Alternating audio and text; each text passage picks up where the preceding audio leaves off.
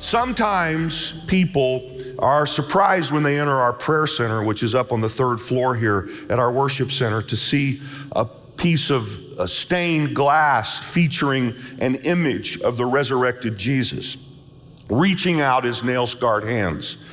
This image of the resurrected Jesus was actually our logo for many years here at the Life Christian Church. And this stained glass was placed on the back wall of our stage at our old Harrison Avenue Worship Center, facing the congregation for a long period of time. This logo served us well, mostly. I say mostly because there was an odd use of this image when we helped sponsor Powell Little League Baseball here in town, and this logo was put on the outfield fence of the Powell baseball field, this little field of dreams here in town. I went to see one of my sons play ball there one day, and there was Jesus standing in left field, appearing to say, "Here, hit it to me, hit it to me." That may sound sacrilegious, but I think Jesus, from what I know of him, would find it funny. But nonetheless, here's the backstory to that logo. Early in my tenure here, we named our church the Life Christian Church. We wanted to clearly identify as a Christian church, and we wanted to clearly identify with the resurrected Christ. I haven't said this for a long time. Jesus called himself the resurrection and the life. And we wanted to say very intentionally that we emphasize that this church is about Jesus as the life. So when you say the Life Christian Church, I hope you will think about the resurrected Jesus, who said of himself after his resurrection, "I am the living one. I was dead, and behold, I am alive forevermore." See, the risen Jesus is the life at the Life Christian Church. So though in time we updated our logo, we've never changed our focus on the resurrected, alive now and forever Jesus Christ. Now here's part of why I think it's important to say this.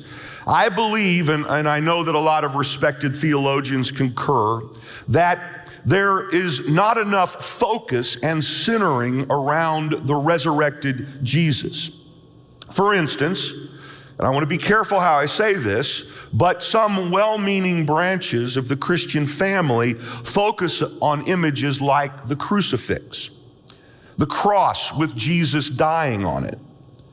Now, I don't believe, of course, this is inherently wrong. In fact, when you understand the glory of the cross, it's beautiful. But I do believe that the emphasis is mistakenly incomplete. Jesus is not in a perpetual state of death. His dying, as essential as it was, lasted but a few hours. He was in the state of being, of death, only 3 days. The larger point was that he lived before the beginning of time.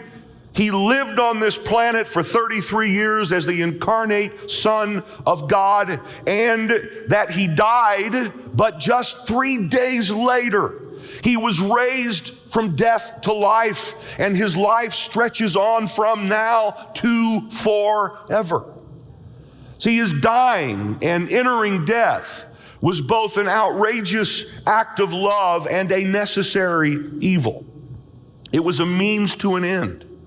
And the end is the same as it was in the beginning. The end was and ever is life. The life that he has in himself, and the life that he wants to give to anybody who will believe in him. As John said as he finished writing his gospel, the last verse of the Gospel of John, John said, what has been written down in this book about Jesus has been written that you will be believers that Jesus really is the Messiah, the Son of God, and that by believing you can have the life that is as present as the simple invocation of his name. So I want to strongly suggest to us that we focus on his life and our life in him. The great Dallas Willard, the theologian, philosopher, former chair of the philosophy department at the University of Southern California, wrote this. He said, the resurrection, not the death of Christ, was the central fact in the gospel of the early believers. The resurrection validated the reality and the indestructibility of what Jesus had preached and exemplified before his death. The fact that Jesus was not dead after all, and that when we die, we won't stay dead, is what made the resurrection earth-shaking, transforming, good news. With all this clearly in view, it becomes understandable why the simple and wholly adequate word for salvation in the New Testament is life. Enjoyed reading over the last several weeks the work of a great scholar named Scott McKnight. And McKnight referred to a very popular word in Christian theology called cruciformity. It's a very important word, cruciformity. He said instead of cruciformity, we should use Christoformity. The former term means formed into the cross, which is important and beautiful, of course. But the Christian formation entails not just formed to the cross, but the cross and resurrection. We must be focused on the life of Jesus. And when we think of the gospel, which I intend by God's grace to preach a lot about over the next few weeks. When we think of the gospel, we should sandwich life around death. The gospel, as I'll define it in coming weeks, is the life, death, resurrection, and exaltation of Jesus. The life, death, resurrection, and exaltation of Jesus. Notice, 3/4 of that story is about his life, which he has always had except for a 3-day period where he entered death. But the rest of the story from before the beginning until after the end is the life that is in him. And now his present condition is living, not just living, but living in exaltation. Paul wrote to the Philippians and said that Jesus humbled himself by becoming obedient to death. Therefore, God exalted him to the highest place and gave him the name that is above every name, that at the name of Jesus, every knee should bow in heaven and on earth and under the earth. So listen, guys, here's part of what I want to say. And I'll have several themes today as I kind of introduce the next few months of teaching here at the Life Christian Church. But here's part of what I want to say. I don't want us to look at Jesus and say, poor Jesus. You understand? And a lot of people, without meaning to, the image they have in their mind of Jesus is a sad image that represents a few hours, essential and necessary, but a few hours of eternal reality. So we don't look at poor Jesus and say, it's too bad, it's so sad, what happened to Jesus? Now there's a part of that. Don't misunderstand me, but I'm talking about emphasis now. Instead, when we think of Jesus, we think, wow, he lives forevermore, exalted in heaven, and everything in heaven on earth bows before him.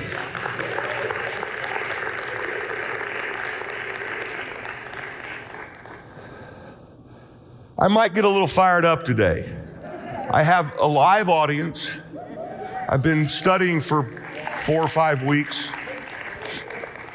I feel in great shape. And I'm sorry to all you folks online that if you feel like I'm yelling at you, I don't mean to be, it's just. Now, I don't intend what I'm saying so far and what I will say to be in some abstract theological teaching. Over the next several weeks, I want to help all of us understand why it matters that we focus on his life and the idea that he lives now in exaltation, and why his present life offers incredible possibilities for our lives now and forever. So let's start like this. Jesus is in the position he is in, this ever-living exaltation, and we have incredible potential now because of the power of an indestructible life. All right? I became fascinated with this concept several months ago when I read this verse from the letter to the Hebrews in the New Testament. Hebrews 7:16 says, Jesus has become a priest. In other words, I'm going to make it simple. I'm not going to exegete this verse. I'm going to use it to make a larger point. Jesus is in the position he is in, if you please, not on the basis of a regulation as to his ancestry, but on the basis of the power of an indestructible life. That's the New International Version, the most common version read today. He is in the position he is, not because, and the writer of Hebrews here is talking about how Jesus was made a priest after the order of Melchizedek, and you can be glad I'm not going to talk about Melchizedek because you'll fall off your couch at home. I'm not going to talk about that. I'm just going to say this. Jesus is in the position he is in because of the power of an indestructible life. The New King James Version says, according to the power of an endless life. The Message translation says, by the sheer force of resurrection life. So again, the reason that Jesus is in the position he is in is because he proved to be indestructible. Indestructibility was no surprise to him, of course. He knew that he could die for the sins of the world, which he came to do and had to do, but that he would not stay dead. Here are a couple examples. In the Gospel of John, Jesus said on one occasion, I lay down my life only to take it up again. I love it. It almost sounds like he's swaggering a little bit. I'm going to lay down my life, but I'm going to take it up again. No one takes it from me, but I lay it down of my own accord. I have the authority to lay it down, and I have the authority to take it up again. It's as if he's saying, though surely with better grammar in the language he spoke, ain't no grave gonna hold my body down. Every time they sing that, I have two reactions. One is, wow, and the other is, could you get isn't in there somehow instead of ain't? But nonetheless, Jesus said, I lay my life down, but I'll take it up again. Another place where he refers to this is when he was standing outside the massive temple in Jerusalem. And he said to a group of Jewish leaders standing around him, religious leaders, destroy this temple and I'll raise it again in 3 days. And they replied, it's taken 46 years to build this temple and you're going to raise it in 3 days? But the temple he had spoken of was his body. You see the picture on the screen of those huge stones. This is actually now the Temple Mount. This is the western wall of the temple in Jerusalem. We were there just a few days ago. Well, not a few days ago, a few months ago. It seems like a lifetime ago. And we saw these huge stones that are laying there from when the temple was destroyed by the Romans in AD 70. Those rocks are still, you see, they're massive rocks. Well, you imagine Jesus, what folks must have thought about him when he stood there and looked at the temple and said, tear it down. I'll raise it up again in 3 days. But he wasn't talking about the temple. He was talking about himself. He was saying, if you please, I am indestructible. And I might be dead for 3 days, but ain't no grave gonna hold my body down. Now, for the Jews in that story, having the temple torn down was the worst thing they could imagine. For most of us, having our bodies destroyed is the worst thing that we can imagine. But know this, and I'm going to hammer away at this in coming weeks. Even if the worst thing that can happen, happens to you, it will not ultimately destroy you. Because of Jesus, you are indestructible. For us to have an indestructible life means that ultimately it cannot be destroyed. Now you might say, and those of you sitting down in the conference center auditorium who I spent some time with this morning, and as you're watching me on the screen, you might say, well, it's interesting to think about Jesus like this, but what does it have to do with me? And my answer is, and it'll take me a while, I think probably to help us really get this in us. I've been thinking about this a long time. It'll probably take me a few weeks if you'll hang in here with me. But my answer is, what does this have to do with me is everything. Okay? See, when we believe in Jesus, we receive His life. And when we have His life, we literally, of course, have in us the same power that made Him indestructible. Paul wrote to the Romans and said, the Spirit of God who raised Jesus from the dead lives in you. And just as God raised Christ Jesus from the dead, He will give life to your mortal bodies by this same Spirit living within you.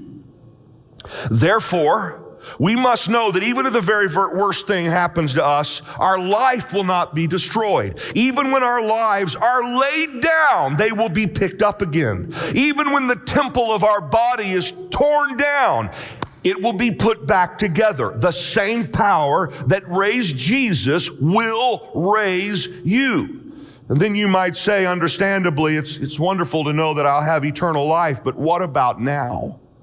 Well, you have indestructible life in you now.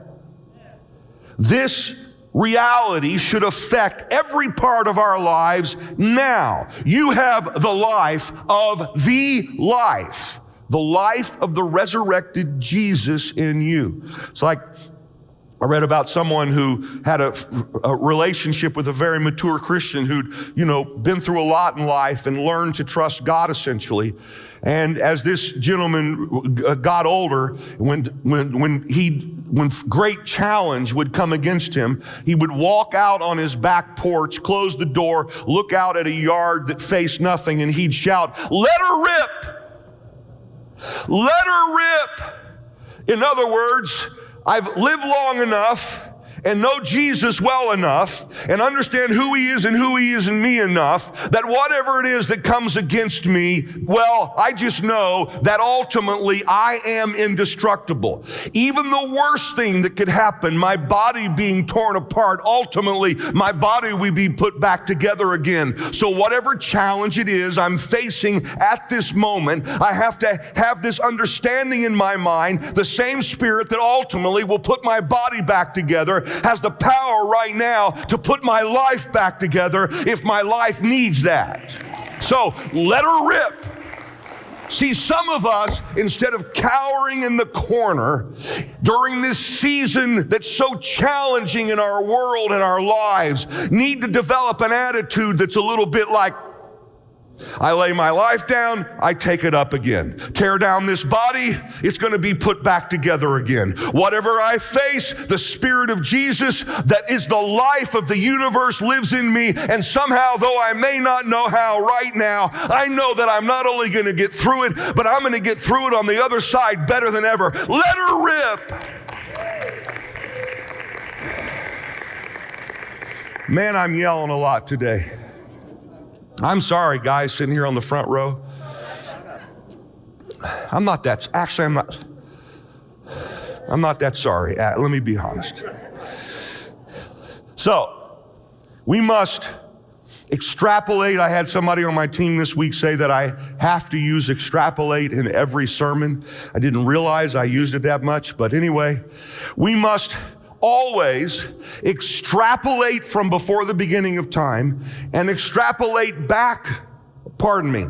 We must always extrapolate forward before the beginning of time and extrapolate back from the eternal future. This is a terribly written sentence. In order to get a glimpse of what our lives through Jesus should be like now. In other words, when we think about this endless life that stretches forward and back both ways, when we think about that and we think about our lives now, to get a sense of what our lives should look like now, we have to grab what life was like in the beginning, how God intended it, grab what life is like at the end, how it's going to be, and we have to assume that that reality is going to be showing up in the practicalities of our everyday life. You should taste the reality of indestructible. Listen, are you a believer in Jesus, or are you just like everybody else in your neighborhood, moaning and groaning and talking about how bad everything in the world is? That's not who we are. We're people who live with a little bit of an attitude that comes from faith, that believes that by the grace of God,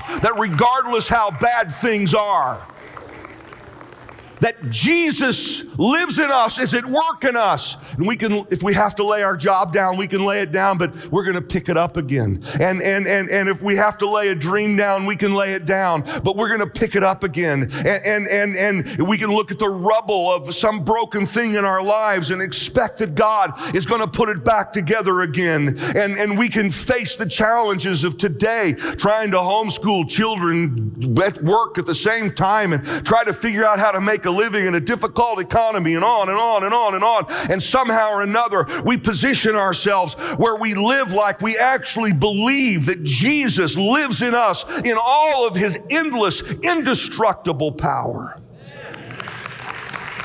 I think we especially need to be reminded of this during this season. It's like the psalmist said, "In God I trust and am not afraid. What can man do to me?" I'm going to say it again. In God I trust. I will not be afraid. What can man do to me? What are you facing in your life? What is your attitude about that thing? All right. I'm almost to my point.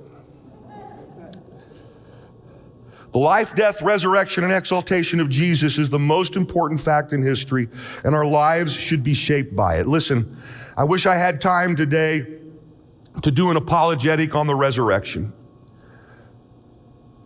Because if the resurrection is true, the resurrection is the most important fact in history. And it should shape everything about our lives. It matters now. It matters tomorrow morning when we wake up and face life. It matters. If the same Spirit that raised Jesus from the dead lives in your body, it matters as to how we do life, not just for the future. It matters now. And the fact is that the only plausible explanation for the resurrection is that it happened. When you study it, even many times an atheist have really studied the evidences around the resurrection. They come to the conclusion the only way to explain this really is that it happened. There's no reason that these guys would have made it up. There was no slot in the Jewish mind for the resurrection of a Messiah or the resurrection of one person in history. Again, not time to discuss it. The non-Jews, they thought resurrection was impossible and unwanted. They didn't even want, Greek philosophy didn't even want bodily resurrection. Their Platonic thinking saw the body as a lesser good. It wouldn't have even been good for them to say, this guy was resurrected from the dead and he's in his body. They wouldn't even have wanted it to happen. They thought bodies were bad. Maybe we'll get into that in the next few weeks too. But nonetheless, the only plausible explanation for the resurrection is that the people who wrote the New Testament and those who were the beginners of Christianity, they saw the resurrected Jesus and they experienced the life he had in himself in themselves. And so again and again, you'll find them, the writings of John, the writings of Peter, the writings of Paul, referring back to what they actually saw, what they actually experienced. And it's the only way one can explain the existence of Christianity over the last 2,000 years. Again, not a lot of time to talk about that, but once you understand, once you believe that the resurrection happened, then it really should affect everything about how you see life. And I think most of us on a day-to-day basis aren't thinking about it, but I want to ask us to think about it over the next several months as we start to talk about Jesus and how that the indestructible Jesus is the source of an indestructible life. As you know, this won't be a sermon for a day. This is going to be actually the teaching that we're going to dig into until December, actually. And you know, our daily devotionals are going to be centered around this, and particularly around a study of the New Testament letter to the Colossians. We're going to spend several months studying the 4 chapters that comprise this letter to the Colossians. I'm going to introduce it quickly today, and I'm going to try to make a point from it. And frankly, no surprise to anyone, I'm running out of time, so I need to go quickly. And you know, this room has to be sanitized, and we've got some Ghostbuster thing they use and do all that. So I don't want to get ghost busted, so I'm going to have to get, what time is it? All right, a brief introduction to the letter to the Colossians, and then back to our theme today. Just briefly, the Apostle Paul, along with his ministry partner Timothy, wrote this letter to the Colossians that we have in our New Testament while Paul was in prison in Ephesus in the mid-50s AD. Colossae was one of the network of cities in Western Asia Minor, modern-day Turkey, which included other cities mentioned in scriptures like Ephesus, which is about 150 miles away, and Laodicea. The church in Colossae had been started by a disciple of Paul named Epaphras. It appears that the primary reason that Paul wrote to the Colossians was that some strange heresy was being promoted in that young church by a set of mystics, probably Jewish mystics. These mystics were promoting certain spiritual philosophies and ascetic practices that they believed would lead people into ecstatic spiritual experiences. Or some scholars believe Paul may have just been speaking in general terms, to the tendency that commonly arises among people who are hungry for spiritual power to assume extreme religious rules and practices. Regardless, the Apostle Paul tells these people in Colossae that they don't need to practice some extreme prescribed set of things like that to access spiritual power, because, he said, you can access Jesus. And he writes, if you really understand who he is and what he's done and that he can be in you, then you will know that all you need for the life you want is Jesus. He is life itself and the cause of life outside of himself. So Paul said to the Colossians, focus on knowing Jesus. Now, again, there's a lot that could be said today, but I want to focus just for a few minutes on a brief passage in Colossians chapter 1 that kind of hopefully will connect some of what I've said and what we'll talk about in coming weeks. And this section in Colossians is Colossians 1:15 through 20. It is understood by most all scholars to have been a hymn or maybe a poem, but probably one of the first hymns that had been written and that was sung in Christian churches. It's glorious. I encourage everyone to memorize it. It's written in 2 stanzas. Some believe it was a hymn that had already been written that Paul quotes in this.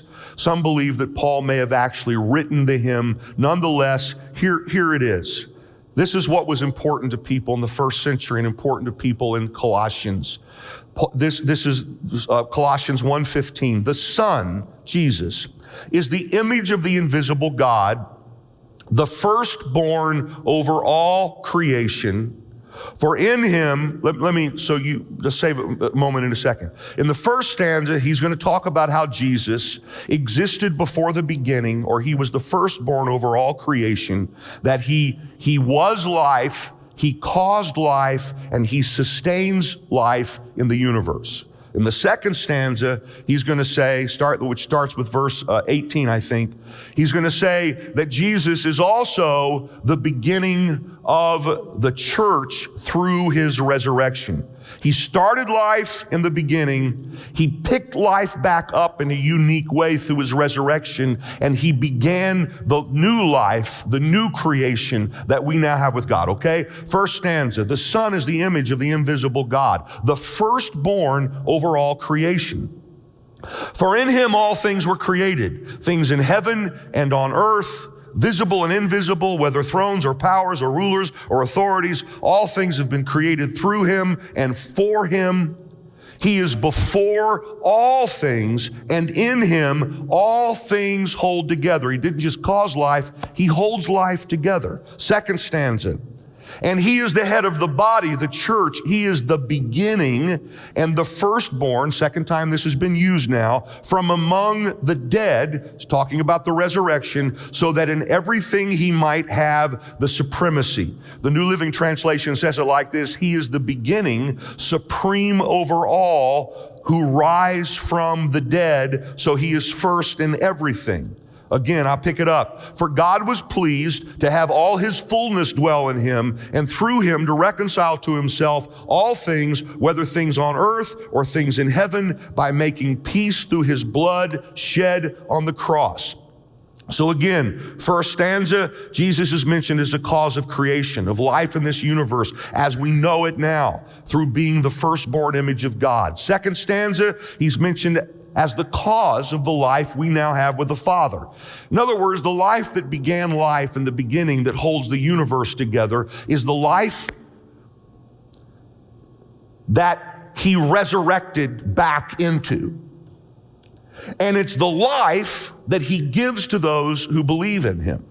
So not only does he cause life, but he holds the universe together. And not only does he cause new life, but he holds everything to do with that new life together, both the church and the people who are a part of the church.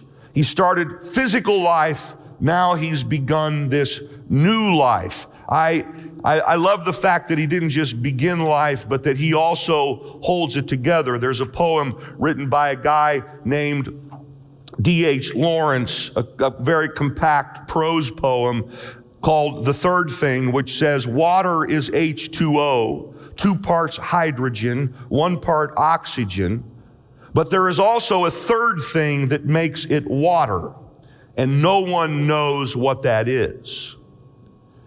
Well, what Paul says is what that is Jesus Christ, who was life before the beginning, caused it, and he is that thing that no one can yet scientifically discover, that holds all the disparate matter in the universe together. Well, he doesn't only do that, for water, he does that for us, see. And so one way to think about this, and especially to think about it when I have a couple of hours to do a sermon, is to think about God, I've never thought about it this way, in terms of being the energy behind the universe and the energy that sustains the universe. Energy is the property that, when transferred to an object, powers the object to work. Well, Dallas Willard, again, the great philosopher, theologian, Christian icon, he recently passed away. Willard wrote in his book, Life Without Lack, God is energy. God is energy in a form that is so incomprehensible to us because it is so great. Every time we look at a piece of matter, what we see is stuff that is not self-sufficient. Every piece of matter you can put your hand on, or that you can even think about, came from something else, and it is eventually going to become something else. That's what matter is. This is why Paul says that when you think clearly and carefully about the things that are created, you are led directly to God, a glorious, self-sustaining, eternal being. He is one who out of his mere nature pours forth life in infinite quantities that are incomprehensible, everlasting, unceasing, and will never be exhausted. But God, who Willard describes as energy, decided that through Jesus, the firstborn of creation, he would create matter and cause matter to have life, and that he would hold it together. This is the energy, if you please, that raised Jesus from the dead, and this is the energy that lives in our mortal bodies now. Okay? Now, this shows up in a couple of interesting ways in the New Testament. There's actually a Greek word that's used only 3 times. It's the word energia. It's Energia, transliterated, I guess, from Greek into English. Energia, energy. And it shows up 3 times in 3 verses. The first is Ephesians chapter 1, verse 19 through 20. It's translated by the English word power here, okay? It speaks about his incomparably great power for us who believe. That power, or that energy, is the same as the mighty strength he exerted when he raised Christ from the dead and seated him at his right hand in the heavenly realms. So just think about this. This energy, God, a person, but energy that caused the universe, enters the body of Jesus in the grave, and that great energy causes Jesus to be raised to new life. Another place, Colossians 2:12. Now it's going to talk about us. And we are taught in Colossians that baptism is a powerful place where we are buried in baptism and we are raised to new life. And it's not just a theoretical, abstract thing. It is a very real thing where this energy, as Scripture's about to tell us, actually causes us to be raised to the new life that Jesus made possible through his resurrection. Are you tracking with me maybe a little bit? Colossians 2:12 says, having been buried with him in baptism, in which you were also raised with him through your faith in the, and here's that word, energia. Again, now it's translated working. Through your faith in the working or energy of God who raised him from the dead. So we're told now that this energy that caused life shows up in the body of Jesus to cause resurrection. Now we're told that this energy of God that caused life, that raised Jesus from the dead, now shows up in us when we're buried in baptism. And then, this is very important, guys, and then we have faith in the working of God. In other words, when we actually believe this. The properties of water in baptism are just H2O. There's just water. It's not even holy water. I just disappointed some folks. It's just water. It comes from a hose. It's just water. What causes that to be a burial like the grave that Jesus was entombed in? The thing that causes that to happen is when you have faith in this energy of God to raise you up, all of a sudden you are raised to live in new life. In fact, ultimately, it is indestructible life. And the third time it's mentioned is in Colossians 1:29, where Paul says, to this end, he's just talking now about how he's working for the church, okay? He says, to this end, I strenuously contend with all the energy Christ so powerfully works in me. I know Christian and the team are nervous because I have 2 more pages in my grand closing story, but I'm going to finish right now, okay? I know we have time constraints, and you can send a band out. I had a great story to finish. Maybe I'll open next week with it, okay? I don't know, but I think this might be a good place to stop today and just consider this a week's pause where I pick this theme up again, because I want to talk to you about why it matters.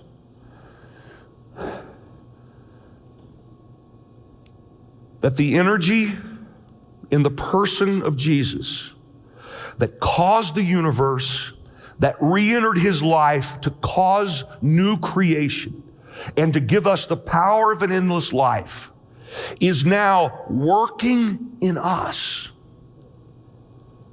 if we live in faith. See, the way we connect to this is by believing the gospel. It's believing the life, the death, the resurrection, the exaltation of Jesus now allows the working of God to begin to energize our lives in a way where indestructibility is not just some future thing that we believe is going to happen and somebody's going to talk about at our funeral. But it's something that as we get up tomorrow and face the incredible challenges of a world that seems to be so difficult and dark, that we instead are lights that are shining in the darkness, because John 1 tells us that Jesus was the life and he was the light of life. The energy of Jesus should be lighting our lives up in a way that's radiating around us, where in this difficult, dark world, we are the ones who are kind of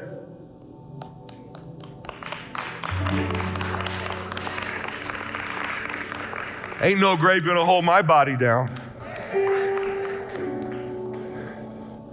Ain't no having to homeschool my kids and figure out how to go to work and face all this craziness. It's driving me nuts, but you know what? I can lay down my life and I can pick it up again. But wait a second, look at all this mess around here, and look at the way this has messed up your life plan and your strategic goals, and look at all this rubble. Well, you can tear this temple down, but in 3 days. See, the same Spirit that raised Jesus from the dead really is at work in you, and you can choose to believe that or not. And if you believe it, you will experience that power in your life. I've been looking forward to saying this for a long time. Would you stand with me? Thank you for being a great crowd today, guys.